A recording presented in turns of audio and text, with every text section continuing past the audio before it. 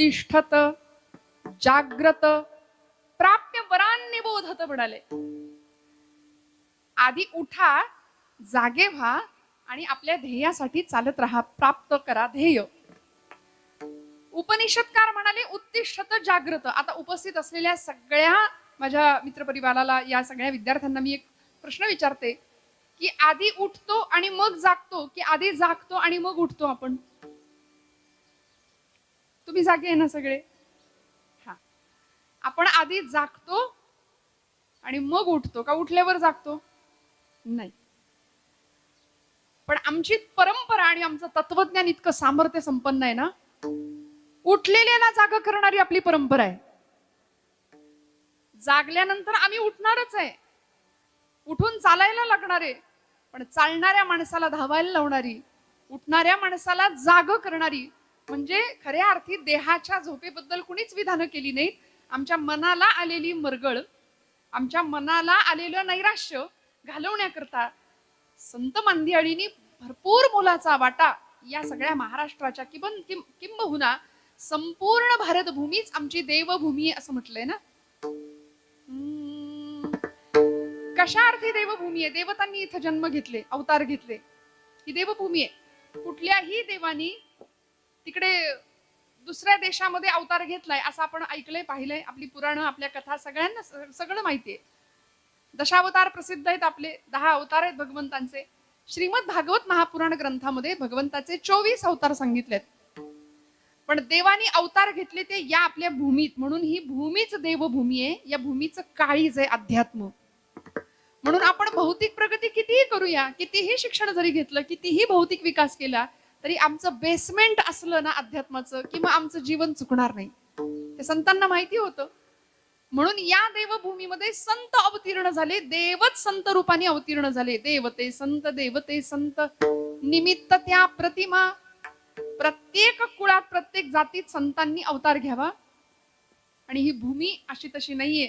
महाराष्ट्राचे आधुनिक वाल्मिकी गदी माडगुळकर, गदिमा, त्यांचं विधान आहे, त्यांची वाक्य आहेत आणि सगळ्यांच्या परिचयाचे असतील आपल्या. कर्तव्य दक्ष भूमी सीता रघुत्तमाची. काय घडलं या भूमीमध्ये? रामायणे घडावी येथे पराक्रमाची. शिर उंच उंच व्हावे हिमवंत पर्वतांचे. आचंद्र सूर्य नांदो स्वातंत्र्य भारताचे. हे राष्ट्र देवतांचे म्हणा, हे राष्ट्र प्रेषितांचे. आचंद्र सूर्य नांदो स्वातंत्र्य भारताचे. हे राष्ट्र देवतांचे, हे राष्ट्र प्रेषितांचे. आचंद्र सूर्य नांदो स्वातंत्र्य भारताचे. येथे नसो निराशा थोड्या पराभवाने. पार्थास बोध केला येथेच माधवाने. हा देश स्तन्य प्याला गीताख्य अमृताचे. आचंद्र सूर्य नांदो स्वातंत्र्य भारताचे. स्वातंत्र्य भारताचे. स्वातंत्र्य भारत माता की. हा देश स्तन्य प्याला गीताख्य अमृताचे. कुरुक्षेत्रावर धर्मयुद्धामध्ये परमात्मा गोपाल कृष्णांनी अर्जुनाला काय सांगितलं? भगवद्गीता सांगितली, या भूमीमध्ये सांगितली. अर्जुनाचं निमित्त करून तुम्हाला मला संभ्रांत झालेल्या जीवाला भगवद्गीतेचं तत्वज्ञान गोपाल कृष्णांनी दिलं. त्याच भगवद्गीतेवर भाष्य केलं प्राकृतामध्ये संत श्रेष्ठ कैवल्य साम्राज्य चक्रवर्ती ज्ञानोबराय. भावार्थ दीपिका असं त्याला नाव दिलं. अभंग गाथा तुकोबरायांची, समर्थ रामदास स्वामींचा मनोबोध आणि दासबोध, आत्माराम अमृतानुभव, चांगदेव 65 ज्ञानोबरायांची, नामदेव गाथा, नाथांचं अनेक प्रकारचं तत्वज्ञान संत श्रेष्ठ एकनाथ महाराजांचं. या वाङ्मयातनं आम्हाला अत्यंत सुंदर असं रोकडा व्यवहार आणि डोळस अध्यात्म संतांनी आम्हाला शिकवले. बरं, काय आहे अध्यात्म, काय आहे निष्ठा, काय आहे भगवत भक्ती? फक्त गळ्यामध्ये टाळ घ्यायचे आणि टाळ कुठं तासन तास बसायचं म्हणजे भक्ती गाव. संतांना ही भक्ती अपेक्षितच नाहीये. तासन तास मंदिरात देवा पुढं फक्त टाळ कुटत बसणं ही अपेक्षा नाही. म्हणून भागवताचा संदेश आहे, कर्मेव गुरुरीश्वरः, कर्मामध्ये ईश्वर पाहिला. माऊलींनी अशी ओंजळ भगवंताच्या चरणावर वाहिली, अगा सर्वात्मका ईश्वरा, स्वकर्म कुसुमांची वीरा, पूजा केली होय अपारा तोषा लागी. स्वकर्म कुसुम, स्वतःच्या कर्माची फुलं भगवंताच्या चरणावर व्हायची आहेत. किती सुंदर विचार आहे बघा. आपण जे जे कर्म करू ना ते देवाच्या चरणावर व्हायचंय. आता असं म्हटलं की नाही, माणसं आपल्या सोयीप्रमाणे अर्थ घेतात. स्वामी समर्थ म्हणले, भिवू नको, मी तुझ्या पाठीशी आहे. आता चोरांनी चोरी करताना असा विचार करावा, काही हरकत नाही म्हणले, घालूया आपण दरोडा. स्वामी म्हणले, भिवू नको, मी तुझ्या पाठीशी आहे. चालेल का हो असं? नाही. म्हणून शब्द वापरला ज्ञानोबरायांनी, सत्कर्मी रती वाढो, भूता परस्परे पडो मैत्र जीवांचे. पण सत्कर्म हा शब्द संतांनी वारंवार वापरलाय आपल्या सगळ्या वाङ्मयामध्ये. आणि या कर्मा पाठीमागची आपली निष्ठा प्रत्येकाने तपासावी असं संतांना वाटलं. म्हणून दंडवत घालून तुमच्या माझ्या हिताचा, तुमच्या माझ्या कल्याणाची कामना संतांनी केली. बघा, आपण सगळी मंडळी आता इथं लहान लहान, अगदी लहान लेकर आहेत. आपण शाळा कॉलेजचं उत्तम शिक्षण घेता आहात. मोरोपंत नावाचे एक पंडित साहित्य म्हणजे पंत साहित्यातले कवी होऊन गेले. ते म्हणाले, विद्येनेच मनुजा आले श्रेष्ठत्व या जगा माझी, न दिसे एकही वस्तू विद्येने या असाध्य आहे जी.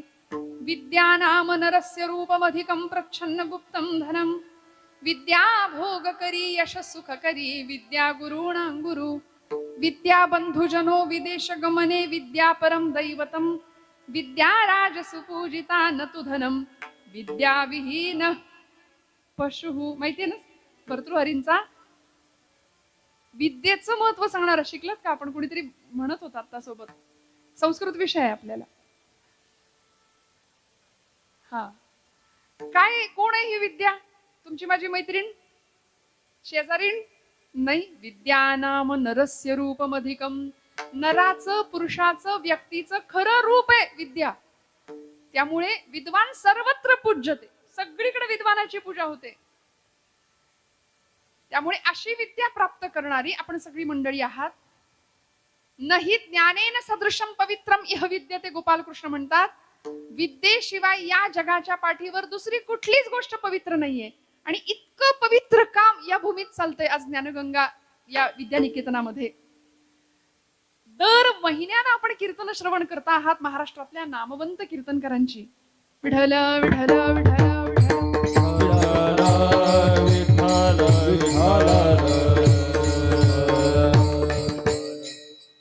दर महिन्याला महाराष्ट्रातले अनेक प्रथितयश नामवंत विद्यावाचस्पती असलेले अनेक कीर्तनकार आपण इथं त्यांना पाहताय. श्रोते हो, खरंच भाग्य आहे आपलं. का माहितीये का? काय यांचा आधार घ्यायचा, काय या संतांच्या वाटेवर यायचं, काय या मुठींचा आधार घ्यायचा? कारण आपल्या मुठी लहान आहेत म्हणाले. एक लहान मुलगा होता, आई बरोबर शाळेत निघाला. बाजारात जात असताना किराणा मालाच्या दुकानामध्ये आईनं सगळं सामान त्या दुकानदाराकडून पिशवीत भरून घेतलं. आणि तो लहान मुलगा होता, अगदी दुसरी तिसरीतला, तो आई बरोबर, शाळा सुटल्याबरोबर आई बरोबर आता घरी निघाला होता. दुकानदारांनी त्या पोराकडे बघितलं आणि त्या मुलाला सांगितलं, बाबा तुला चॉकलेट पाहिजे का? तो म्हणला, नको काका मला. आता मी पाहिजे का विचारतोय आणि तो नको म्हणतोय म्हटल्यानंतर बाळ किती हुशार आहे.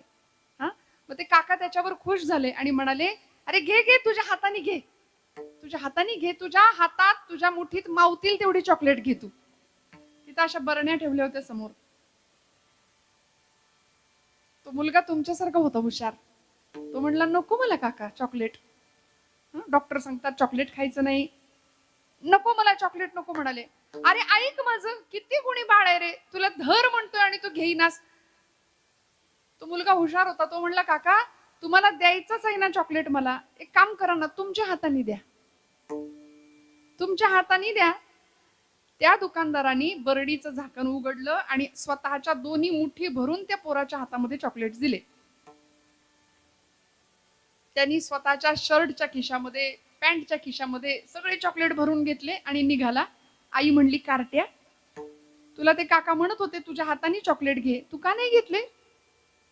तो म्हणला, आई माझी मूठ मोठी का दुकानदाराची मूठ मोठी? विठ्ठल विठ्ठल विठ्ठल.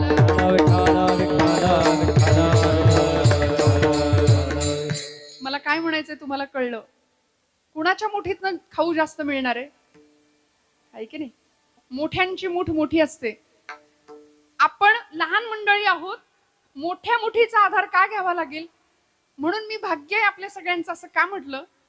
शाळीग्राम सरांना, होडकर सरांना इतके धन्यवाद द्यावेत, इतके धन्यवाद द्यावेत की इतका विलक्षण आणि इतका अद्भुत उपक्रम आपल्या शाळेमध्ये ते राबवतायत.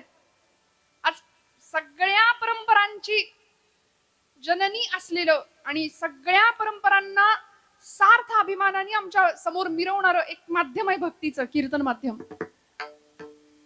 कलियुगाचं अत्यंत सुंदर असं साधन की जे आपल्याला आतही बघायला शिकवतं आणि बाहेरही बघायला शिकवतं.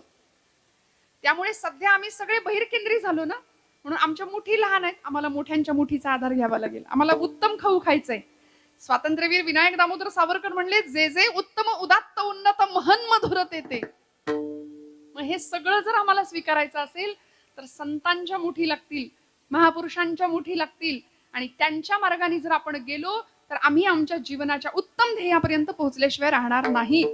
म्हणून जगद्गुरु संत श्रेष्ठ तुकोबरायांच्या या अभंगाचं 3 चरणांचा अभंग आहे. या अभंगाचं प्रयोजन आहे की जे तुकोबराय आम्हाला भक्ती करत असताना त्या भक्तीमध्ये नेमकं काय काय असलं पाहिजे, भक्त्याची अंतर्लक्षणं नेमकी काय आहेत, भक्ताची बाह्य लक्षणं नेमकी काय आहेत, हे सांगत असताना अत्यंत सुंदर शब्दांनी अभंगाची सुरुवात करतात. अभंगाच्या प्रथम चरणापासून सगळं करून काय म्हणले माहितीये?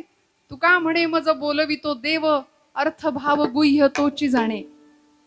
सगळं माझ्याकडून देवानी करून घेतलं म्हणाले, मी नाही केलं. आपण जरा जरी काही केलं तरी मी केलं म्हणून लगेच आपल्या स्वतःकडे श्रेय घेतो की नाही. देव आम्हाला एरवी नाही आठवत, आम्हाला देव अवघड पेपर दिवशी आठवतो. गणित इंग्रजीचा पेपर म्हणजे मी माझं सांगते, राहू दे तुमचं नाही सांगत, की आपोआप मारुतीच्या देवळाकडे पावलं जायची, आज वाचव बाबा, नाही का. देव आम्हाला संकटात आठवतो, एरवी नाही आठवत.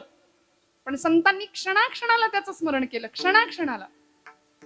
प्रचंड निष्ठा भगवंताविषयी, आणि निष्ठा या शब्दाचा अर्थ आहे खर तर श्रद्धा असा जर आपण घेतला तर आचार्य जगद्गुरु शंकराचार्यांनी श्रद्धेची व्याख्या सांगितली, शास्त्रेषु गुरुवाक्येषु अतीव विश्वासः सा श्रद्धा म्हणाले. कशाला श्रद्धा म्हटलं?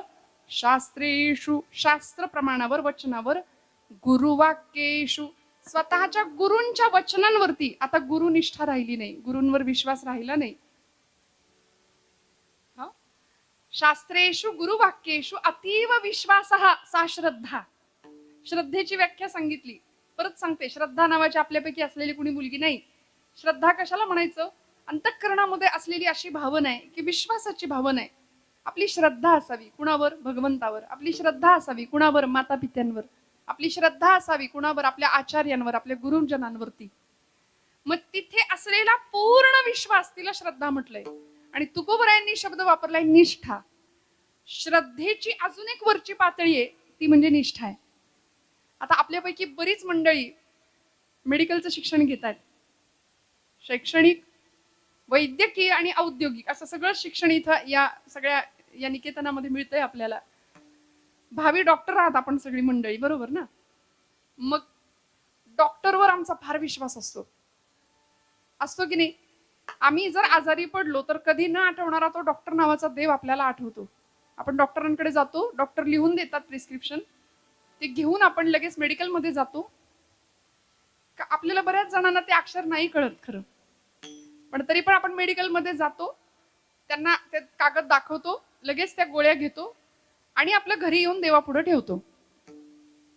हळदी कुंकू आपलं रोज व्हायचं त्या गोळ्या औषधांना, बरोबर ना? असं करतो का आपण?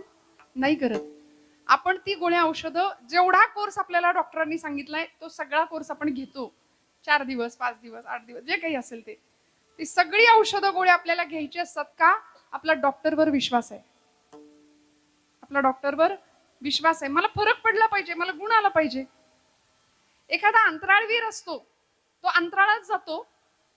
सुनीता विल्यम्स, कल्पना चावला सारख्या अंतराळवीर, वीरांगना अंतराळात जातात आणि तिथून सॅटेलाइट्सद्वारे सगळी चित्र आपल्याला उपग्रहांच्या माध्यमातून पाठवली जातात आणि आम्ही ते चित्र पाहतो. मंगळावर अमुक अमुक आहे, चंद्रावर अमुक अमुक आहे, हे आम्हाला खाली बसून कळतं. आम्ही त्यावर काय ठेवतो? जागेत ना आपण त्याच्यावर विश्वास ठेवतो. आपण असं म्हणतो का मी कुठं बघितलंय जाऊन? आपण त्याच्यावर विश्वास ठेवतो. अरे खरंच हे असलं पाहिजे.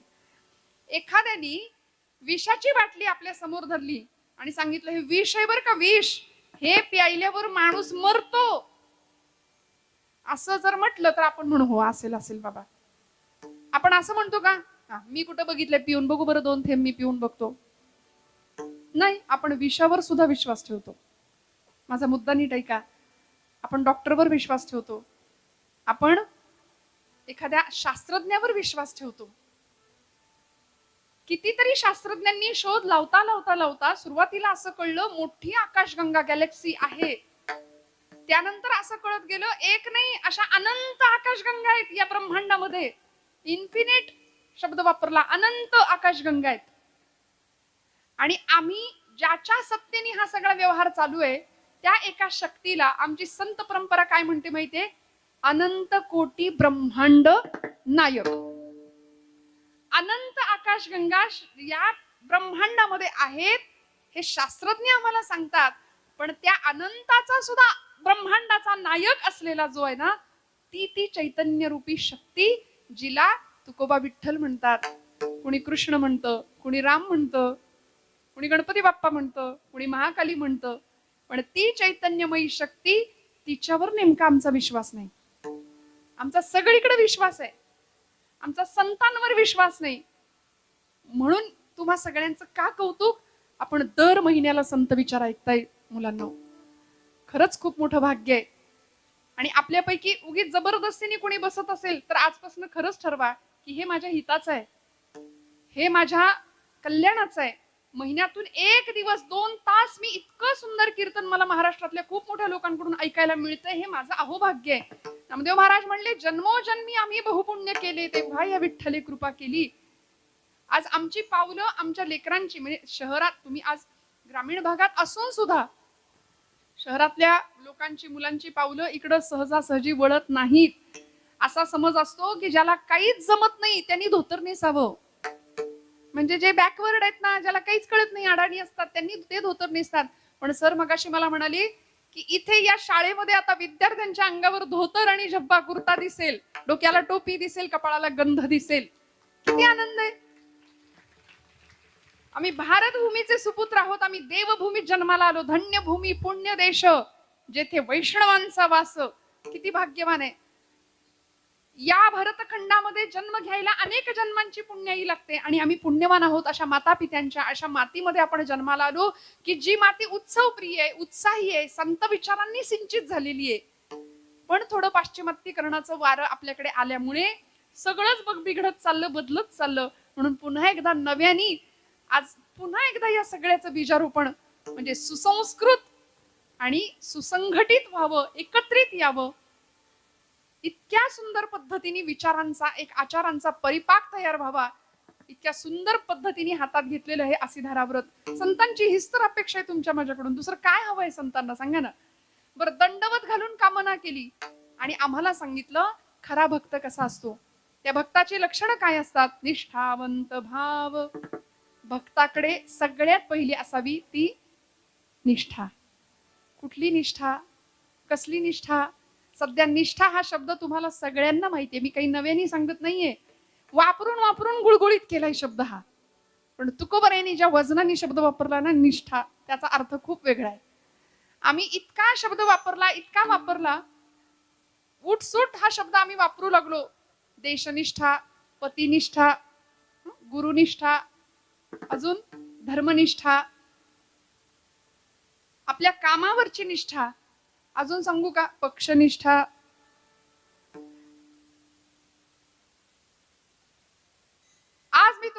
अमुक पक्षाबद्दल सांगेन असं सगळं म्हणणं व्यक्त करणारी अनेक मंडळी असतात. या पक्षासारखा पक्ष पण तुमचा कितवा पक्ष असं म्हणावं लागतं, असं विचारावं लागतं पक्षनिष्ठेविषयी बोलणाऱ्या माणसालाच.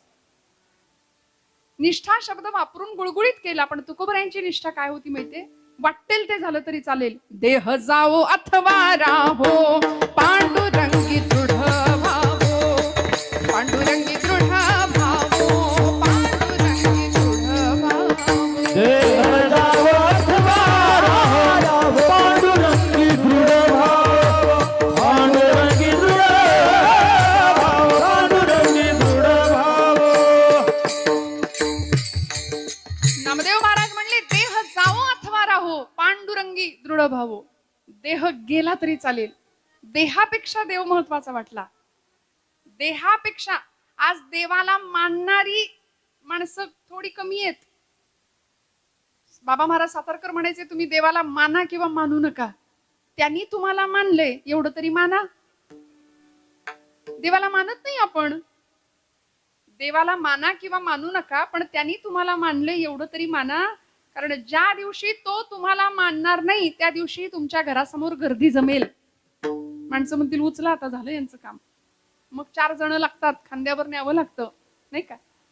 म्हणून आहेत तोपर्यंत आपल्या आतमध्ये असलेली एक प्राणशक्ती आहे, चैतन्य शक्ती आहे. तिला डॉक्टरी भाषेमध्ये जठराग्नी म्हटलंय. आणि भगवान गोपाल कृष्ण काय म्हणतात माहितीये का? अहम वैश्वानरो भूत्वाम प्राणिनां देहमाश्रिताः. जेवायला बसलात की पहिली अन्नाची आहुती जाते कुठं? त्या अग्नीला. आतमध्ये अग्नी आहे की नाही? सांगा डॉक्टर मंडळी, आहे की नाही अग्नी आतमध्ये? मग आतमध्ये अग्नी आहे, तो प्रज्वलित आहे, तो पेटलेला आहे, म्हणून आपल्याला भूक लागते. आणि आपल्याकडे परंपरेने एक श्लोक म्हणायला शिकवलाय. भोजन करताना आपल्याकडे श्लोक म्हणायची पद्धत आहे. तुम्ही म्हणता का सगळे? कुठला म्हणता? वदनी कवळ घेता. हा हा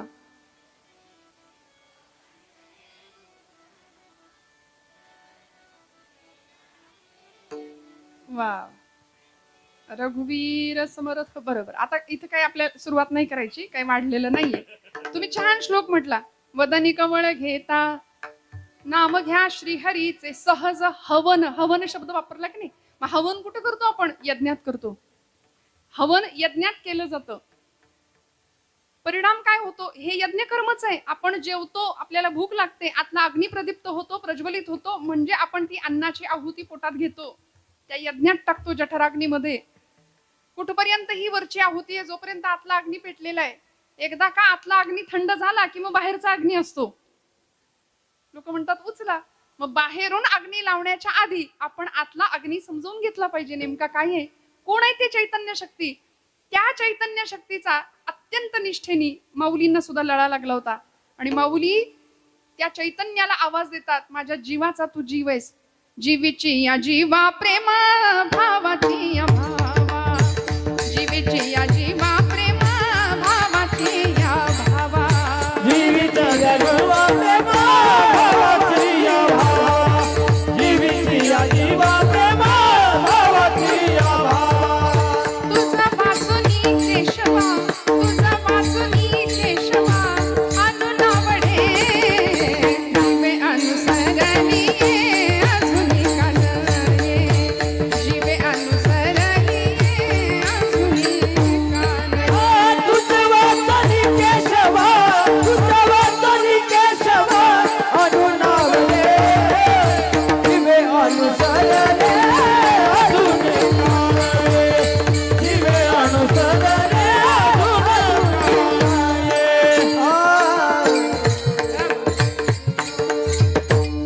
जीवीची या जीवा प्रेम भावाची या भावा.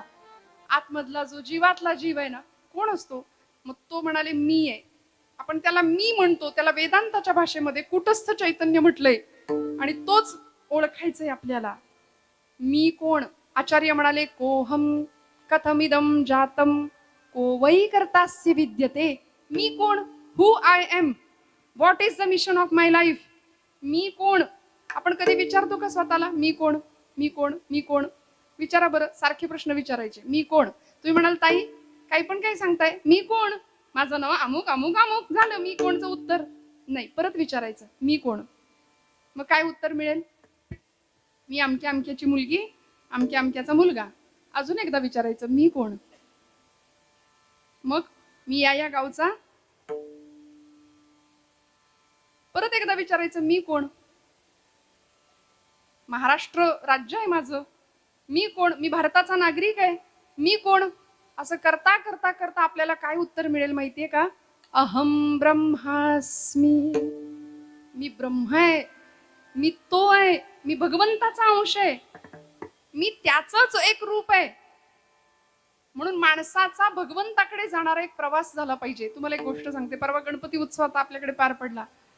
गणपतीची एक छान मूर्ती एक शिल्पकार घडवत होता. दगडातनं मूर्ती घडवण्याचं काम चालू होतं आणि ओबड धोबड असे टोकेरी पडलेले तिथं दगड होते आणि तो मूर्तिकार त्या दगडातनं मूर्ती घडवत होता गणपती बाप्पाची.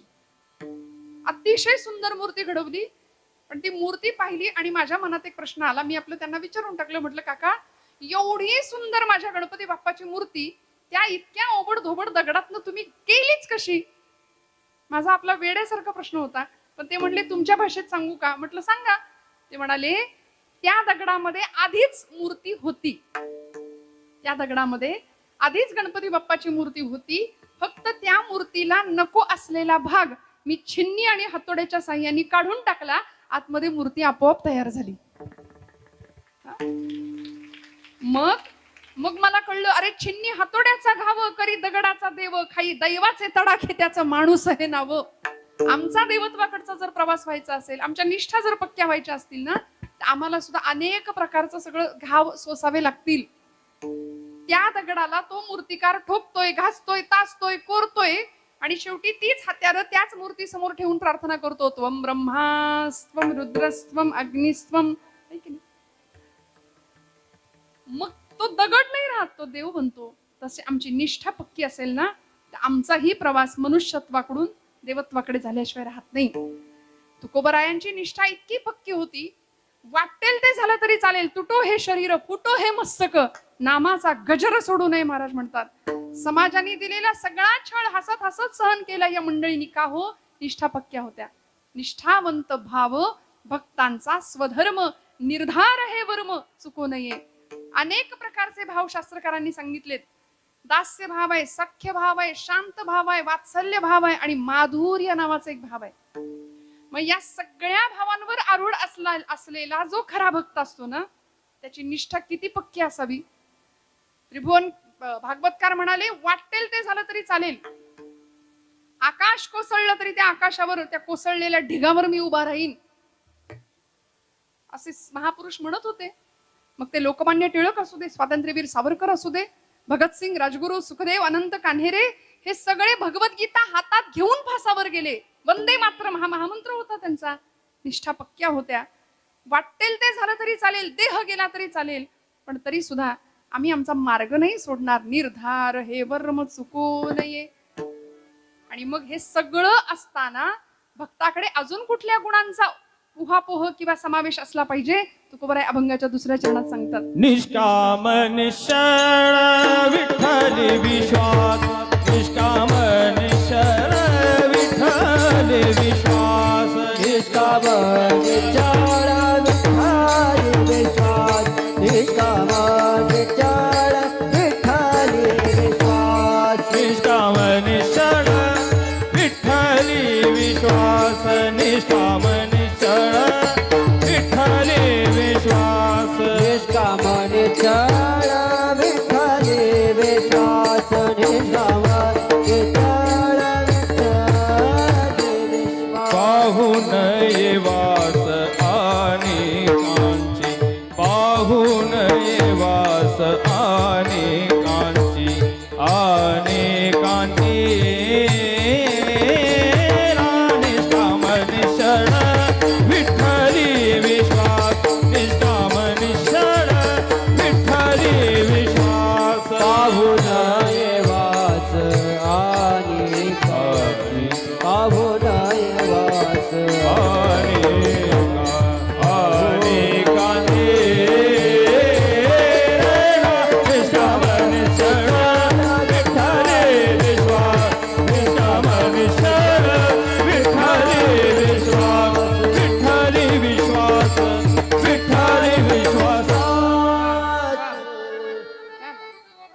निष्काम निश्चळी विठ्ठली विश्वास, पाहो नये वास आणि कांची. एकदा एका मार्गावरनं चालायचं ठरवलं ना, तर आमच्याकडे निष्कामता असली पाहिजे. आम्ही सध्या सगळं काम सकाम वृत्तीने करतो ना, मला काय मिळेल हा प्रश्न असतो प्रत्येक वेळी. हे केलं तर मला काय मिळेल, ते केलं तर मला काय मिळेल. पण संतांची आणि भक्तांची खरी भक्ती ही निष्काम होती, सकाम नाही. निश्चळ मनाची अवस्था न ढळणारी. चंचलम ही मन कृष्ण प्रमाथी बलवत दृढम, अशा मनाला उपमा दिल्यात अर्जुनानी. हे मन अत्यंत चंचल आहे देवा. बघा ना, तुम्ही सगळे कीर्तनात आहे, पण खरंच कीर्तनात आहात का? आहात का? तुम्ही देहाने कीर्तनात बसलाय, मन आहे का? खरं सांगा. इथं सगळीकडे फिरतय, सगळीकडे फिरतय. भूक लागलीये, सगळीकडे मन आमचं फिरत असतं. बर, लहानपणापासून आम्ही इतकं काय काय ठरवतो, याव करीन, त्याव करीन, असं करीन, तसं करीन. पण बोलाची कडी आणि बोलाचा भात राहतो की नाही आपला. नुसतंच बोलतो आपण, करत काहीच नाही. पण या पाठीमागे अवस्था कशी असली पाहिजे? दृढ मन, निश्चळ मन, निष्काम अवस्था आणि भगवंतावर नितांत विश्वास, गुरूंवर नितांत विश्वास, माता पित्यांवर नितांत विश्वास. या संत मांदियाळीचा, महापुरुषांचा तसा विश्वास होता. म्हणून तर एक एक महापुरुष घडले. श्रोते हो, योद्धा संन्यासी असं ज्यांचं वर्णन केलं जातं, असे ज्यांनी शिकागो धर्म परिषद गाजवली आणि विश्वबंधुत्वाचा संदेश सबंध जगभर पसरवला, असे स्वामी विवेकानंद. 5 वर्षाचे होते, लहान होते, पण काय अवस्था होती बघा ना, काय संस्कार होते. वयाच्या 5व्या वर्षी आपल्या बाळाचा वाढदिवस, म्हणजे नरेंद्र लहान, त्यांचं लहानपणीचं नाव. वाढदिवसा दिवशी सगळा मित्र परिवार जमला होता आणि एकमेकांमध्ये चर्चा सुरू झाल्या. ए, तू कोण होणार रे मोठेपणी? तू मोठेपणी कोण होणार? आपण काय सांगता, उत्तर देता? माझे वडील डॉक्टर आहेत, मी डॉक्टर होणार. माझे वडील इंजिनियर आहेत, मी इंजिनियर होणार. मी अमुक होणार, मी तमुक होणार. असे सगळे जण उत्तर देत होते. आणि या पठ्ठ्याने उत्तर दिलं, मी घोडा चालवणारा टांगेवाला होणार आहे. नरेंद्राने उत्तर काय दिलं? मी घोडा चालवणारा टांगेवाला होणार आहे. सगळे हसले. वडील याचे वकील विश्वनाथ बाबू दत्त, कलकत्ता हायकोर्टाचे सुप्रसिद्ध वकील, आणि यांचा पोरगा टांगेवाला होणार. सगळे हसले. पण वडील आपल्या सारखे होते बरं का. म्हणजे काही वडील असे असतात, त्याला कानफटात लावली असती लगेच की तुझा बाप वकील आणि तू टांगेवाला होणार. पण वडिलांनी त्यामागचं कारण समजून घेतलं, कारण तो इंग्रजांचा काळ होता.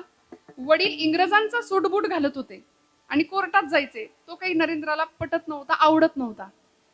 ज्या घोड्याच्या गाडीत बसून जायचे, आता तुम्ही उत्तरेकडे जर गेलात ना, तर ती घोडागाडी, तिला बग्गी असं नाव आहे. आणि तो बग्गी हाकणारा एक असतो ना, त्याला कोचमन असं नाव आहे, तो टांगेवाला. लाल बुंद त्याचा तो पोशाख असतो, पेहराव असतो. हातामध्ये असा लगाम, हातात चाबूक. घोड्यावर मारला की घोडा भरधाव वेगाने पुढे जायचा. आणि पुढे बसणारा तो कोचमन, तुलनेने यजमान जो असतो ना पाहुणा, तो मागे बसतो त्या बग्गीमध्ये. आपण कधी पाहिली तर पहा, बग्गीचा रचनाच अशी आहे. टांगेवाला, तो घोडा हाकणारा माणूस असा उंचावर असतो. त्याला ते आवडायचं. नरेंद्रांनी पटकन उत्तर दिलं की मी घोडा चालवणारा टांगेवाला होणार आहे. पण आई वडिलांनी काय केलं पाहिजे? हळूहळू हळू आपल्या संस्कारांवरची, आपल्या धर्मावरची, आपल्या परंपरेवरची निष्ठा आणि विश्वास कसा दृढ होत जातो पहा ना. भिंतीवरती एक चित्र लावलं होतं. त्या चित्र असं होतं, कुरुक्षेत्रावर भगवान गोपाल कृष्ण अर्जुनाला भगवद्गीता सांगतायत, रथाचं सारथ्य करतायत अर्जुनाच्या. भुवनेश्वरी मातेनी आणि विश्वनाथ बाबूंनी आपल्या बाळाला सांगावं, नरेंद्रा, तुला टांगेवाला व्हायचंय ना? हो, खुशाल हो, पण तुझ्या घोड्याच्या गाडीत फक्त अर्जुनाला बसव. त्या चित्राकडे दाखवलं बोट आणि सांगितलं, तुझ्या घोड्याच्या गाडीत फक्त अर्जुनाला बसव. अर्जुनाचं सारथ्य करणाऱ्या गोपाळ कृष्णासारखा सारथी हो माझा राजा. हा संस्कार लहान वयामध्ये केला. आणि हळूहळू तुम्ही कधी वाचलं तर नक्की वाचा स्वामी विवेकानंदांचं चरित्र. स्वामीजी म्हणतात की पाश्चात्य शिक्षणाचा प्रभाव आमच्यावर होता आणि हळूहळू आमचा देव भोळेपणा नष्ट व्हायला लागला. आम्ही देव मानेनासे झालो. आमच्या निष्ठा गुळगुळीत झाल्या. आमची देवावर, धर्मावर निष्ठा नाही राहिली. कारण पाश्चिमात्य लोक इथे यायचे, इंग्रज लोक इथे यायचे आणि भारतातल्या सगळ्याच प्रथा, परंपरा, देव, धर्म हे सगळं खोटं आहे म्हणायचे, थोतांड आहे हे सगळं असं म्हणून आमचीच टिंगल करायचे. आमचा राष्ट्राभिमान स्वतःच्या टाचेखाली या लोकांनी तुडवायला सुरुवात केला.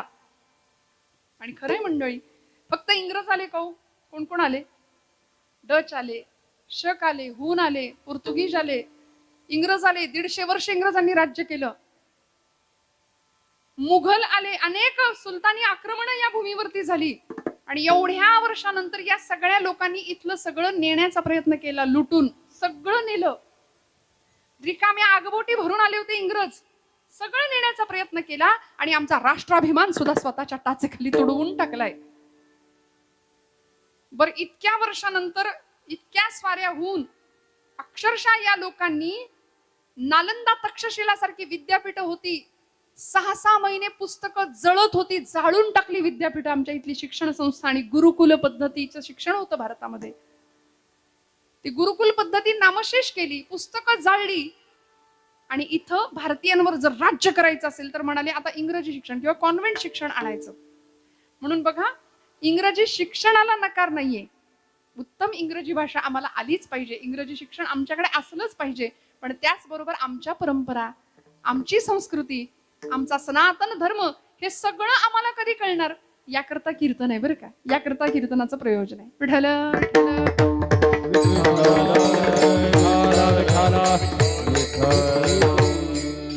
गंमत सांगू का तुम्हाला? बघा, मी सांगितलं तुम्हाला, एवढ्या वर्षात हजारो स्वाऱ्या झाल्या, हजारो आक्रमणं झाली. अनेकांनी आमच्यावर सत्ता स्थापन करण्याचा प्रयत्न केला, सगळं जिंकून नेण्याचा प्रयत्न केला, पण नाही जिंकता आलं, नाही जिंकता आलं. सगळं नेलं असेल, पण खरं सांगू, भारतीय भूमीतली कुटुंब व्यवस्था आणि भारतीय भूमीचा संस्कार त्यांना नाही नेता आला, नाही नेता आला. मग एवढ्या वर्षानंतर सुद्धा आम्ही काय म्हणतो, जो जीता वही, हा बघा पटकन आलं की नाही तुमच्या तोंडात नाव, जो जीता वही सिकंदर. एवढ्या वर्षानंतर आम्ही त्यांचेच पोवाडे गातोय. मी असं काही म्हणायला सांगितलं होतं तुम्हाला, सिकंदर म्हणा वगैरे, पण आमच्या रक्तात इतकं ते नाव भिनून गेलंय ना की आम्ही पटकन बोलून जातो, जो जीता वही सिकंदर. आजपासून म्हणी बदला, जो जीते वही छत्रपती शिवाजी महाराज, जो जीते वही छत्रपती संभाजी महाराज, जो जीता वही महाराणा प्रताप, जो जीते वही राजा विक्रमादित्य, जो जीते वही पृथ्वीराज चौहान, जो जीते वही झाशी की राणी. कितीतरी नावं आपल्याला घेता येतात. आपण या सगळ्यांना विसरतो आणि नको त्यांची नावं घेतो की नाही. या लोकांचा उद्दिष्टच हे होतं. लॉर्ड मेकॉले नावाचा शिक्षण तज्ञ होता, त्यांनी आपली शिक्षण व्यवस्था बदलली, आपला अभ्यासक्रम बदलला आणि इथे सगळे त्यांचे सिद्धांत येऊन आमच्या अभ्यासक्रमात समाविष्ट झाले. मी अभ्यास करू नका असं म्हणत नाही. तुम्ही म्हणाल ताई आता आमच्या पुस्तकात जे आहे ते आम्ही वाचायचं नाही का? जरूर वाचा, मार्क उत्तम मिळवा, माझं काही म्हणणं नाही. पण खरं सांगू, डार्विनचा उत्क्रांतीवादाचा एक सिद्धांत आहे. काय सांगतो आपल्याला? माणसाची उत्क्रांती कशी झाली? द्या ना उत्तर मोठ्याने. माणूस कसा तयार झाला? माकडापासून. हा, माकडासारखा आम्ही वागतो कधी कधी, पण आम्ही माकडापासून झालोय असं वाटतंय तुम्हाला? आता हा डार्विनचा उत्क्रांतीवादाचा सिद्धांत आहे. आता तुम्ही कीर्तन ऐकताना मी पुराणाचा आधार देऊन तुम्हाला सांगते. श्रीमद भागवत महापुराण नावाचा ग्रंथ आहे, जो 17 पुराणांनंतर व्यास महर्षींनी 18वं पुराण म्हणून लिहिला. त्या भागवत पुराणामध्ये या प्रश्नाचं उत्तर दिलंय, माणूस कसा तयार झाला. ब्रह्मदेवांच्या सृष्टीचं वर्णन आहे. ब्रह्मदेवांनी जगातलं पहिलं जोडपं निर्माण केलं होतं, मनु आणि शतरूपा त्याचं नाव. मग मनू पासून निर्माण झालेले आम्ही सगळे मानव आहोत. दानवासारखे, मरकटासारखे कधी कधी वागतो. पण डार्विनचा उत्क्रांतीवादाचा सिद्धांत त्याच्याच मुलांनी खोटा ठरवला. त्याच्या मुलांनी त्यांना प्रश्न विचारला होता की म्हणाले, हे असं कसं झालं? म्हणले, बाबा माकडाचा जन्म, माणसाची उत्क्रांती माकडापासून. मग असं जर असेल तर आता जी माकडं दिसतायत त्यांचं काय करायचं? आता जी सगळी माकडं दिसतायत त्याचं काय करायचं? हा त्यांच्याच मुलांनी त्याला विचारलेला प्रश्न आहे. त्यामुळे मनूपासून आम्ही सगळे मानव निर्माण झालो आणि इथे 2 वंश झाले, चंद्रवंश एक आणि सूर्यवंश एक. एक होता चंद्रवंश, एक होता सूर्यवंश. चंद्रवंशामध्ये प्रभू गोपाल कृष्ण जन्माला आले, सूर्यवंशामध्ये प्रभू रामचंद्रांचा जन्म आहे. चंद्रवंशामध्ये गोपाल कृष्ण परमात्मा हे यदुकुल असं म्हटलं जातं, म्हणून देवाचं आडनाव काय आहे? यादव. पण म्हणले ते यादव गाईला चारा घालत होते. कळलं का? जागेपणी ऐका बरं का. गोपालकृष्ण यादव हे गोपालन करत होते, गो संवर्धन करत होते, गायीवर प्रेम करत होते, गायीला चारा खायला घालत होते. नंतरच्या यादवांनी गायीचाच चारा खाल्ला. पण मग हे सगळं असताना यदुकुलातले गोपालकृष्ण आणि इकडे सूर्यवंशामध्ये प्रभू राम, मर्यादा पुरुषोत्तम प्रभू रामचंद्र भगवान. या सूर्यवंशामध्ये पुढच्या काळामध्ये वेरूळच्या कृष्णेश्वराच्या कृपाशीर्वादाने भोसले घराण्यामध्ये मालोजीराजे भोसले जन्माला आले. त्यांच्या पोटी जन्म झाला शहाजीराजे भोसल्यांचा. इकडे चंद्रवंशामध्ये लखुजीराजे जाधव, सिंदखेड राजाचं एक घराणं होतं जाधवांचं, म्हणजे यादवांचेच जाधव झाले. त्या जाधवांच्या घराण्यामध्ये लखुजीराजे जाधवांची एक मुलगी होती जिजाऊ, ज्या महाराष्ट्राच्या राजमाता, राष्ट्रमाता जिजाऊ साहेब आणि छत्रपती शहाजीराजे भोसले यांचा विवाह होतो. चंद्रवंश सूर्यवंश एकत्र येतात आणि या भूमीला एक शककर्ता राजा, स्वराज्य निर्माता छत्रपती शिवाजी महाराज मिळून जातात. हे या भूमीचं सार्थक आहे, हे या भूमीचं वैभव आहे. म्हणून आमचे वारसदार राम आहे, आमचे पूर्वज राम, कृष्ण, छत्रपती शिवाजी आणि छत्रपती संभाजी माकडं नाहीत. एवढं डोक्यात पक्क ठेवा बरं का. त्यांचे आम्ही वंशज आहोत, त्यांचे आम्ही वारसदार आहोत. मग तुकोबरायांना आम्हाला हेच सांगायचंय, या सगळ्या मंडळींनी जे एक गोष्ट आम्हाला करायला शिकवली ती आम्हाला निष्ठेने करावी लागेल, अत्यंत विश्वासाने करावी लागेल. धर्माचे पालन, धर्माचे पालन, धर्माचे पालन, धर्माचे पालन, करणे पाखंड खंडन, करणे पाखंड खंडन, करणे पाखंड खंडन, करणे पाखंड खंडन, करणे पाखंड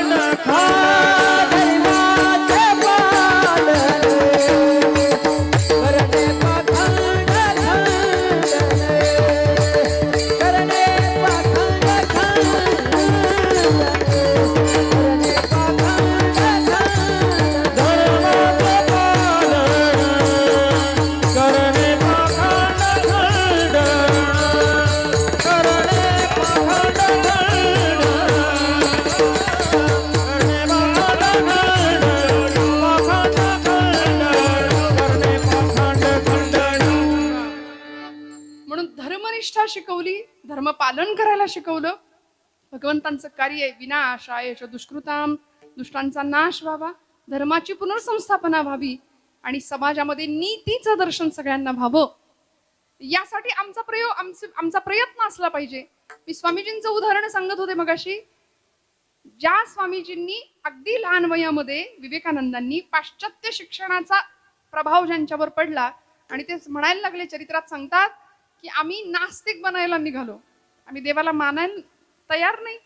मग भेटेल त्याला विचारायचं, देवाला पाहिलंय का, देवाला पाहिलंय का. कुणी बैरागी, संन्यासी, साधू, सत्पुरुष एखादा दिसला की त्याला विचारायचं, तुम्ही देव पाहिलाय का, तुम्ही देव पाहिलाय का. कुठेच उत्तर मिळत नव्हतं. आणि पहिल्यांदा आयुष्यात या प्रश्नाचं उत्तर देणारी व्यक्ती समोर भेटली गुरु स्वरूपामध्ये. कोण हो? रामकृष्ण परमहंस. रामकृष्णांच्या समोर नरेंद्र स्वामी विवेकानंद उभे आहेत. रामकृष्ण परमहंसांकडे पाहिलं आणि पहिला आपला ठेवणीतला प्रश्न विचारला, तुम्ही देवाला पाहिलंय का. रामकृष्ण परमहंस शांतपणे उत्तर दिलं, हो. तुला कसं पाहतोय तसा देवाला पाहिलाय. मग हुरळून नाही गेले, मला दाखवाल का. लगेच दुसरा प्रश्न तयार होता. म्हणाले, मला दाखवाल, मला दाखवाल. रामकृष्ण परमहंस म्हणाले, हो, मला जसा पाहतोयस ना तसा तुला देवाला दाखवेन. मग कलकत्त्याला बोलावून घेतलं दक्षिणेश्वराला आणि मग तिथे प्राथमिक अवस्थेपासून सगळी तयारी करून घेतली. ध्यानधारणा, योग, प्राणायाम या सगळ्या सिद्धी प्राप्त झाल्या. तेव्हा निर्विकल्प समाधीचा अनुभव दिला आणि मग देव दिसला. हा अनुभव विवेकानंदांनी घेतला. परिव्राजक अवस्थेमध्ये भारत भ्रमण केलं. 3 वर्ष स्वामी विवेकानंदांनी कन्याकुमारीला गेले आणि तिथे स्मारक आहे आज भारताच्या दक्षिणेला. 72 तास ध्यानावस्थेमध्ये एका खडकावर जाऊन बसले. एक खडक खुणावत होता. नावाड्याला विचारलं, मला त्या खडकावर सोडतोस का. तो नावाडी म्हणला, पैसे लागतील. स्वामीजी म्हणाले, माझ्या खिशात पैसे नाहीयेत पण माझ्या बाहूंमध्ये बळ आहे. घेतली समुद्रामध्ये उडी आणि तो खडक गाठला. 3 दिवस 3 रात्री त्या खडकावर बसून साधना केली. मी कोण याचं उत्तर प्राप्त केलं आणि मग भगवंतापेक्षा मी कोणी वेगळा नाहीये ही अवस्था निर्माण झाली. जीवनाचं ध्येय निश्चित झालं आणि हेच स्वामी विवेकानंद भारताचं प्रतिनिधित्व करायला शिकागोची धर्म परिषद गाजवतात आणि विश्वबंधुत्वाचा एक सुंदर संदेश भारताच्या वतीने मांडतात. अमेरिकेतल्या माझ्या बंधू आणि भगिनींनो म्हणून सगळे एका सूत्रात घेतलं आणि भगवंताचं जे तत्वज्ञान आहे, ईश्वर सर्वभूतानां हृद्देशेर्जुन तिष्ठती भ्रामयन् सर्वभूतानि यंत्रारूढानि मायया, हे विलक्षण तत्वज्ञान मांडलं. मला सांगा ना, हा विश्वास असावा लागेल, ही निष्ठा असावी लागेल. नामदेव महाराज म्हणले ना, आपण प्रमाण ऐकलं, देह जावो अथवा राहो पांडुरंगी दृढ भावो. तुका म्हणे प्राण करा देवासी अर्पण. प्राण गेला तरी चालेल, पण आमचं ध्येय आणि आमच्या निष्ठा आम्ही पक्क्या ठेवू. हा संतांचा किंवा महापुरुषांच्या आयुष्याचा संदेश होता. वाटेल ते झालं तरी स्वातंत्र्यवीर विनायक दामोदर सावरकर कुठे गेले हो? लंडनला गेले होते. कशा करता? अलीकडे पुस्तक वाचनाची परंपरा किंवा प्रथा कमी झाली, वाचन संस्कृती कमी झाली, म्हणून आध्यात्मिक लायब्ररी आज पाहिलं मी, दर्शन घेतलं. आम्ही वाचायला तयार नाही. एका मुलाला मी विचारलं होतं, तू वाचतोस का रे चांगलं काही? तुम्ही वाचता का काही चांगलं चुंगलं, काही एखादं पुस्तक, काही अवांतर वाचन करता का? शालेय अभ्यासाव्यतिरिक्त काही वाचता का? तो म्हणाला, ताई व्हॉट्सअपवरचे मेसेज इतके असतात, म्हणले तेच संपत नाही वाचून, इतकं वाचतो. आता अलीकडे ते एक विद्यापीठ चांगलं आहे व्हॉट्सअप, आहे की नाही, तेच संपत नाही म्हणाले. म्हटलं तू खरंच काही वाचत नाही? नाही म्हणले, नाही वाचत. म्हटलं आता तू वाचत नाही. विठ्ठल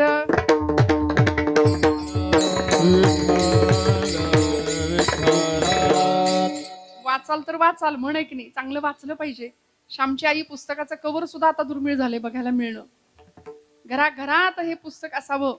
आम्ही घरं भरली, फर्निचर भरले, माणसांना बसायला जागा नाही, एवढं फर्निचर आहे घरात, पण 50 रुपयाचं पुस्तक सापडेल की नाही हे सांगता येत नाही.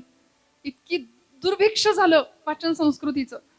मग त्या श्यामच्या आईनी काय संस्कार केले होते? साने गुरुजी काय सुंदर आठवण सांगतात. तो आंघोळ करून ज्यावेळी श्याम बाहेर येतो मोरीतनं, बाथरूम मधून ज्यावेळी तो बाहेर येतो, त्यावेळी आईला सांगतो, आई तुझा पदर खाली पसर, माझ्या पायाला घाण लागेल, माझ्या पायाला माती लागेल. त्यावेळी आई सांगते, श्याम पायाला घाण लागू नये म्हणून जेवढा जपतोस, तेवढी मनाला घाण लागू नये म्हणून जप माझ्या राजा, आयुष्यभर. हा संस्कार त्या वयामध्ये होत होता, त्या वयामध्ये ते संस्कार केले जात होते, म्हणून ही मंडळी, ही माणसं घडत होती. श्रोते हो, छत्रपतींचं घडणं सुद्धा असंच आहे की नाही. राजे लढले कसे आम्हाला माहितीये, पण घडले कसे याचा विचार आम्ही कमी करतो. आमचा विश्वास आणि आमची निष्ठा जर पक्क्या व्हायच्या असतील ना, आमच्या धर्माविषयक, आमच्या संतांच्या विचारांच्या विषयक, तर आम्हाला या महापुरुषांच्या चरित्रांकडे जावं लागेल, बघावं लागेल, थोडस त्यांच्या सानिध्यामध्ये राहावं लागेल. तुकोबा नाहीये तिथं, पण गाथेच्या रूपाने महाराजच आम्हाला मार्गदर्शन करतायत. ज्ञानोबा माऊली नाहीये तिथं, पण लेकरू होऊन जाऊया आईच्या मांडीवर जातो तसं ज्ञानोबराय आम्हाला समजावून सांगतील आमच्या जीवनाचं सगळं गमक. हे देवभक्तीच्या बाबतीत झालं. देशभक्तीच्या बाबतीमध्ये स्वातंत्र्यवीरांचं उदाहरण सांगत होते. लंडनला गेले शस्त्रास्त्र निर्मितीचा उद्योग करायला. लोकमान्य टिळकांनी स्कॉलरशिप मिळवून दिली होती सावरकरांना.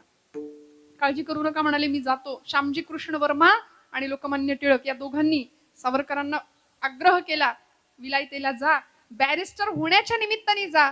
पण तिथं जाऊन शस्त्र निर्मिती केली सावरकरांनी. बोटींच्या माध्यमातून बंदुकी आणि बॉम्ब, पिस्तूल आणि बॉम्ब पाठवलं भारतामध्ये. क्रांतिकारकांचा लढा आपल्या सगळ्यांना माहितीये. खुदिराम बोस नावाचा एक क्रांतिकारक होता, त्यांनी बंगालमध्ये बॉम्बचा पहिला धडाका केला. सगळं इंग्रज सरकार हादरलं होतं. बॉम्ब आला कुठून? भारतात तर शस्त्र नाहीच आहे, शस्त्र निर्मितीचं ज्ञान नाही, तंत्रज्ञान नाही. अनंत कान्हेरे नावाचा एक क्रांतिकारक होता. जॅक्सन नावाच्या इंग्रजी अधिकाऱ्याची त्यांनी नाशिकच्या प्रांतामध्ये हत्या केली. आपण सगळं हे वाचता ऐकता इतिहासामध्ये आहे ना की नाही? आहे ना आपल्याला अभ्यासक्रमात. मग अनंत कान्हेरे नावाच्या एका 20 वर्षीय तरुणाकडे पिस्तूल येतं कुठून, हा सगळ्या भारत भूमीला प्रश्न पडतो. आणि इंग्रज सरकार हादरून जातं की भारतात पिस्तूल आलं कसं. मग खटला चालवला जातो, शोध घेतले जातात आणि सावरकरांना पकडून आणलं जातं त्या जहाजामधनं घालून भारतामध्ये. आणि जहाजातनं भारतात येत असताना त्या जहाजातून सावरकरांनी मध्य समुद्रामध्ये टाकलेली उडी ही जगप्रसिद्ध आहे, जगविख्यात आहे. काय निष्ठा होती हो. मी मरेन, मी संपेन हे कळत नव्हतं का त्यांना? कशासाठी गेले होते? बॅरिस्टर व्हायला गेले होते. स्वतःचा संसार सुखाने करता आला असता, पण या लोकांनी स्वतःच्या संसाराची चुलबुळकी फोडली आणि राष्ट्राचा प्रपंच केलाय. सावरकरांनी मध्य समुद्रामध्ये उडी घेतली. काही इंग्रजी अधिकाऱ्यांनी त्यांना पकडलं, पुन्हा जहाजात घालून भारतात आणलं. भारतामध्ये खटला चालला आणि ब्रिटिश सरकारने सावरकरांना शिक्षा फरमावली. 50 वर्ष अंदमानची काळ कोठडी. अंदमानच्या तुरुंगामध्ये 50 वर्ष राहायचं. सावरकरांना इंग्रजांनी सांगावं इथून पुढची 50 वर्ष म्हणजे 1960 सालापर्यंत तुम्हाला काळ कोठडीत राहावं लागेल. पण सावरकर होते. त्यांनी प्रश्न विचारला इंग्रज अधिकाऱ्याला त्या कोर्टामध्ये, आर यू शुअर 1960 साली तुम्ही मला सोडणार, पण are you sure that Britishers will rule India up to 1960? 1960 सालापर्यंत तुम्ही आमच्या देशावर राज्य कराल याची खात्री आहे का तुम्हाला? याला म्हणायचं देशनिष्ठा. काय निष्ठा होत्या, प्राण सर्वस्व अर्पण करण्याची तयारी होती सावरकरांची. त्या ब्रायटनच्या समुद्र किनाऱ्यावरती पांढरी सहा द्या, पांढरी सहा.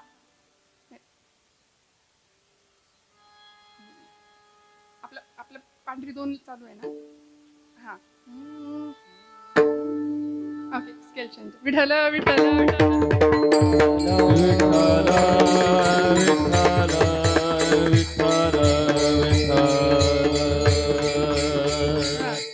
काय सांगत होते समुद्राला? ब्रायटनच्या समुद्र किनाऱ्यावरती सावरकर उभे होते. तुकोबरायांनी हेच तत्वज्ञान मांडलंय. बरं, माझी निष्ठा आणि माझा निर्धार कसा पक्का असला पाहिजे. रणांगणावर निघालेला एखादा शूर असतो ना, तसा माझा निर्धार भगवंता तुझ्या प्रती असला पाहिजे. माझी निष्ठा, भक्ताची निष्ठा ही भगवंताप्रती अशी असली पाहिजे. सगळं मिळणं आणि कीर्तनात हे गायला मिळणं हे माझं भाग्य आहे. या मुलांसमोर विठ्ठल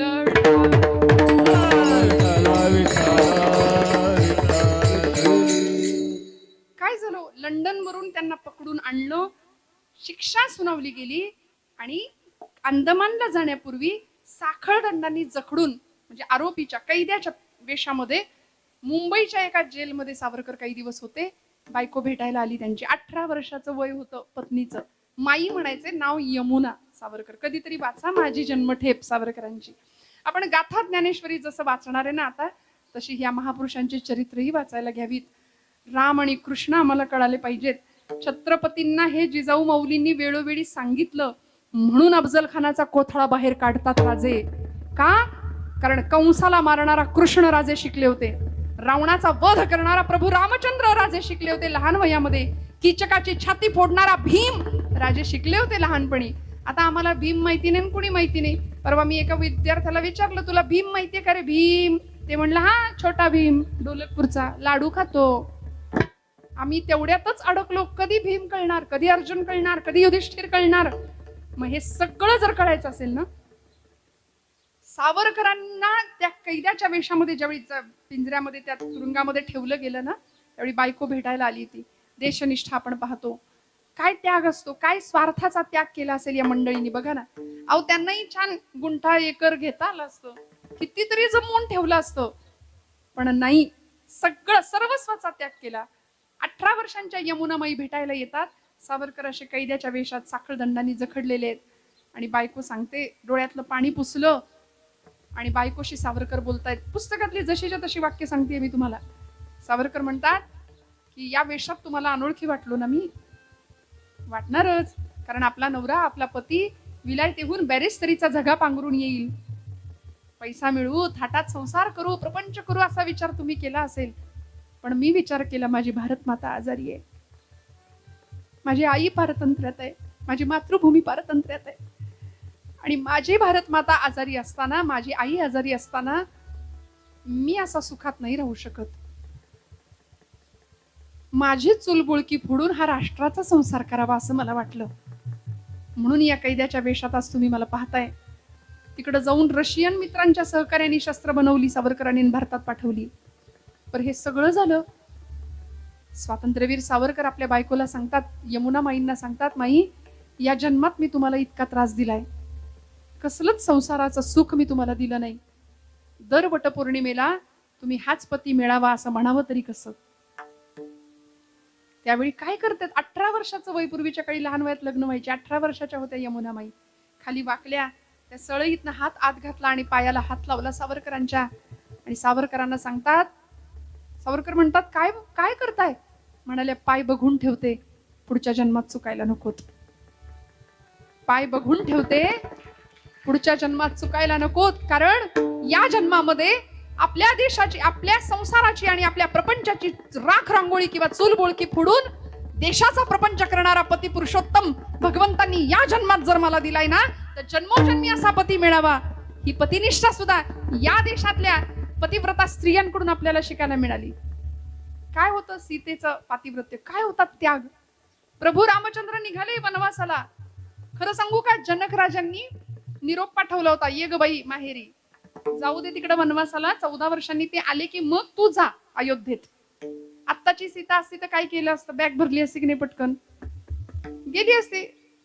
पण नाही, प्रभू रामांनी सीतेचा निरोप घेण्याकरता यावं. जानकी, मी वनवासाला चाललोय, मी निघालोय.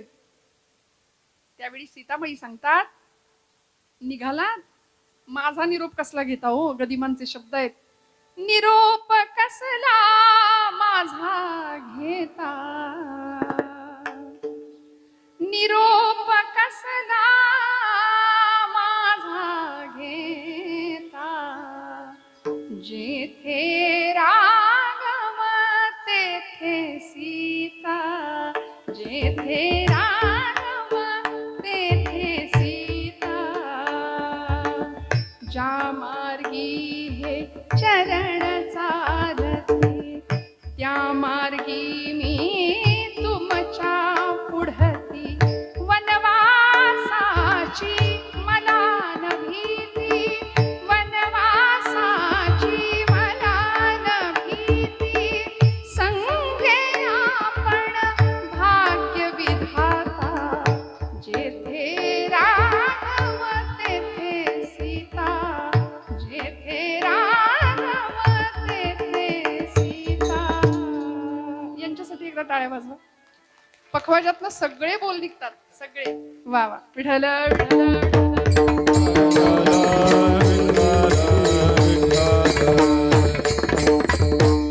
हा त्याग आहे, हा स्वार्थाचा त्याग आहे.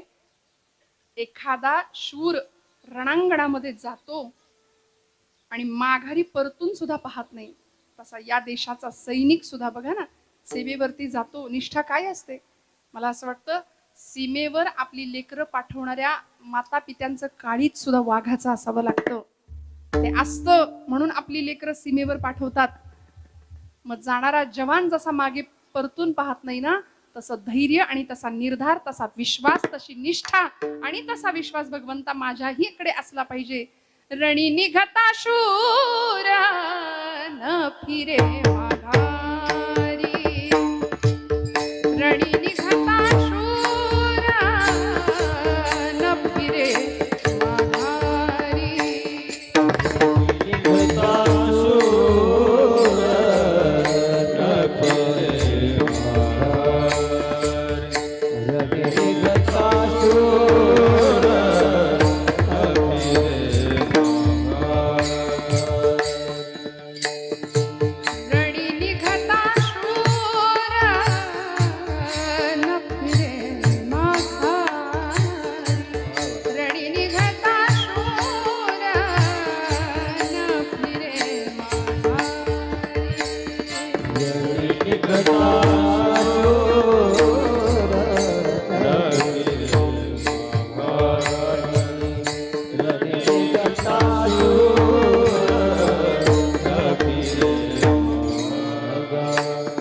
ऐशा मज धीरे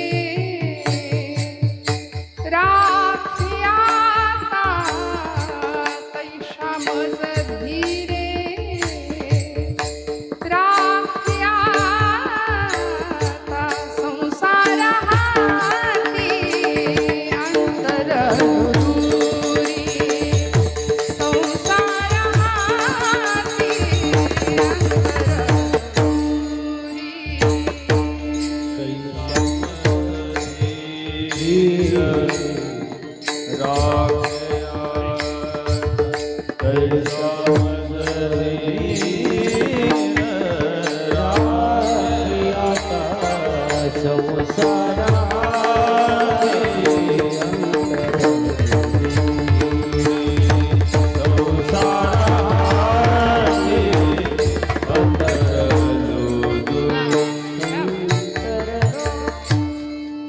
रणांगणावर निघालेला शूर जसा निष्ठेने पुढे चालत राहतो ना, तसं आम्ही आमच्या हातात घेतलेलं कुठलंही काम, ते सत्कर्म आणि ती कर्मपूजा भगवंतांची बांधायची आहे. स्वकर्म कुसुमांची वीरा पूजा केली हो या पारा तोषाला की.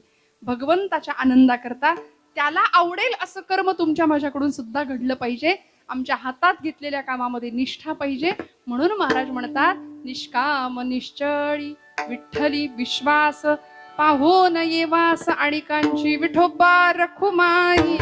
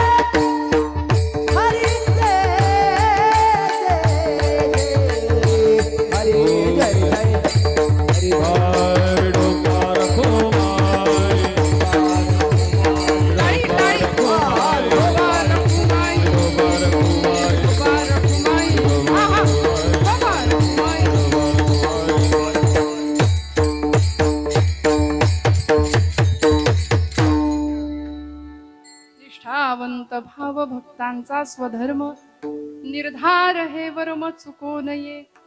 निष्काम निश्चळी विठ्ठली विश्वास, पाहो नये वास आणिकांची.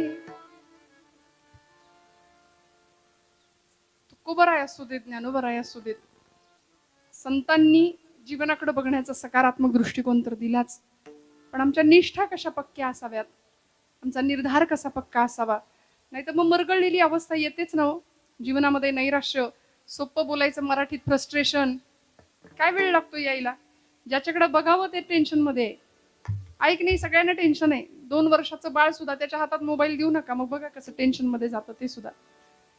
त्यालाही टेन्शन आहे, प्रत्येकाला टेन्शन आहे सध्या. ज्याच्याकडे बघावं त्याचा चेहरा असा ओढलेला आहे. कुणी नीट मन मोकळं हसायला तयार नाही. मी तर म्हणते मन मोकळं रडायला सुद्धा तयार नाही, नुसती घुसमट आहे आतल्यात आतल्यात आतल्यात. मग हे सगळं मोकळं कधी होणार. संतांनी प्रचंड मोठी दिव्य दृष्टी आपल्या सगळ्यांना दिली आहे, आपल्या अक्षरांच्या माध्यमातून, आपल्या विचार तत्वज्ञानाच्या माध्यमातून. मी नेहमी एक विधान करते की आम्ही एखाद्या डॉक्टरचा किंवा एखाद्या काउन्सिलरचा आधार घेतो आमच्या मनाचं नैराश्य घालवण्याकरता, पण संत विचारांनी इतकं समुपदेशन करण्याची ताकद कशातच नाहीये जेवढी ताकद संत विचारांमध्ये आहे. आमच्या मनातला पडलेले सगळे प्रश्न, म्हणजे मानवी जीवनाच्या यथार्थ प्रश्नांची समर्पक उत्तर देण्याचं सामर्थ्य फक्त संत विचारांमध्ये, माऊलींच्या ज्ञानेश्वरीमध्ये, तुकोबांच्या गाथेमध्ये. आता हे झालं, महापुरुषांनी अमुक अमुक केलं, तमुक तमुक केलं, ताई तुम्ही आम्हाला सांगितलं. संतांनी एवढा मोठा त्याग केला. माझ्या ज्ञानोबरायांचा तर त्याग केवढा मोठा आहे, केवढी निष्ठा आहे भगवंताविषयी. समाजाकडून मिळणारा सगळा छळ हसत हसत सहन केला ज्ञानोबरायांनी. विठ्ठलपंत आणि आई रुक्मिणी माता या दोघांनी देहांत प्रयश्चितासारखी शिक्षा स्वतःला स्वीकारून घेतली, का तर आपल्या लेकरांना समाजात सन्मानाने जगता यावं. निवृत्ती, ज्ञानदेव, सोपान आणि मुक्ताबाई ही 4 लेकरं या मातीला मिळाली. अमृताची संजीवनी जिथं ओतू घालवली या मंडळींनी. सगळं झालं, सगळ्यांनी सगळं केलं. आता आपण काय करायचं आपल्या पातळीवर? मग आमच्या पातळीवर आम्हाला एवढंच करता येईल. काय झालं, एका इमारतीला खूप मोठी आग लागली, खूप मोठी, वणवा पेटला. जागेत ना सगळे, झालंय कीर्तन माझं, काळजी करू नका, थांबणार आहे. खूप मोठी आग लागली, वणवा पेटला आणि त्या इमारतीच्या जवळ एक तळ होतं, एक सरोवर होतं, एक चिमणी होती. त्या तळ्यातलं पाणी तिने चोचीत घ्यावं आणि त्या आगीवर नेऊन टाकावं, असं तिचं काम सुरू झालं. ती तळ्यातलं पाणी घेतीये आणि त्या इमारतीच्या आगीवर नेऊन टाकतीये. त्या आगीमध्ये अडकलेल्या लोकांना काही माणसं बाहेर काढत होती. त्या इमारतीवर पाणी कोणी मारत होतं. जो तो ज्याला त्याला जमेल ते काम करत होता. चिमणीचं काम चालू होतं. हे पाहिलं एका कावळ्याने. फांदीवर बसलेला कावळा चिमणीकडे बघून हसायला लागला. असे कावळे समाजात सुद्धा बरेच असतात. चांगल्या माणसाला चांगलं काम करू देत नाहीत. चांगल्या कामामध्ये विघ्न आणणारी मंडळी बरीच असतात. बघा ना, आता गणपती उत्सव, नवरात्र उत्सव टिळकांनी सुरू केले. गणपती उत्सव कशा करता? सगळ्यांनी एकत्र यावं, सगळ्यांनी एकत्र गुण्या गोविंदांनी आपल्या धर्माचं, आपल्या संस्कारांचं बीजारोपण करावं. पण आता गणपती उत्सवामध्ये पडद्याच्या मागे पत्त्याचे डाव रंगतायत आमच्या तरुण पिढीचे. डीजे शिवाय आमचा उत्सव होत नाहीये. म्हणजे गणपती बाप्पा मिरवणुकीला, विसर्जनाच्या वेळी त्याला पाखरा आजाद केलं तुला ऐकायला लागतंय. हे त्याच्यावर आलेलं केवढं मोठं विघ्न आहे. विघ्नहर्त्यावरच आलेलं विघ्न आहे ते. किती दुर्दैवी अवस्था आहे, विचार करा ना तुम्ही. मग आपण लहान लेकरं आहोत ना, आपण आपल्या पातळीवर काय करू शकतो? आपण हे बदलू शकतो का? आपण 4 जणांना सांगून बघू शकतो का? सत्ता, ऐश्वर्य हा जो गुण आहे ना भगवंतांचा, ऐश्वर्य म्हणजे श्रीमंती नाही. आपलं म्हणणं लोकांनी ऐकलं पाहिजे, याला ऐश्वर्य म्हणतात. माझं ऐश्वर्य काय आहे? आज सरांच्या एका शब्दावर एवढी सगळी सूत्र हलतायत, हे त्यांचं ऐश्वर्य आहे. गोपालकृष्ण 8 वर्षाचे होते गोकुळामध्ये.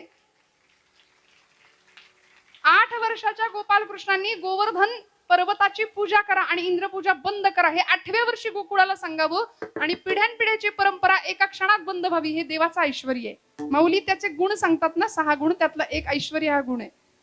तसं आपली माणसं ऐकतात का? इथं घरात कुणी कुणाचं ऐकायला तयार नाही. तू गप्प बस, तुला काही कळत नाही. सगळ्यांना बोलायचंय, ऐकायचं कुणालाच नाहीये.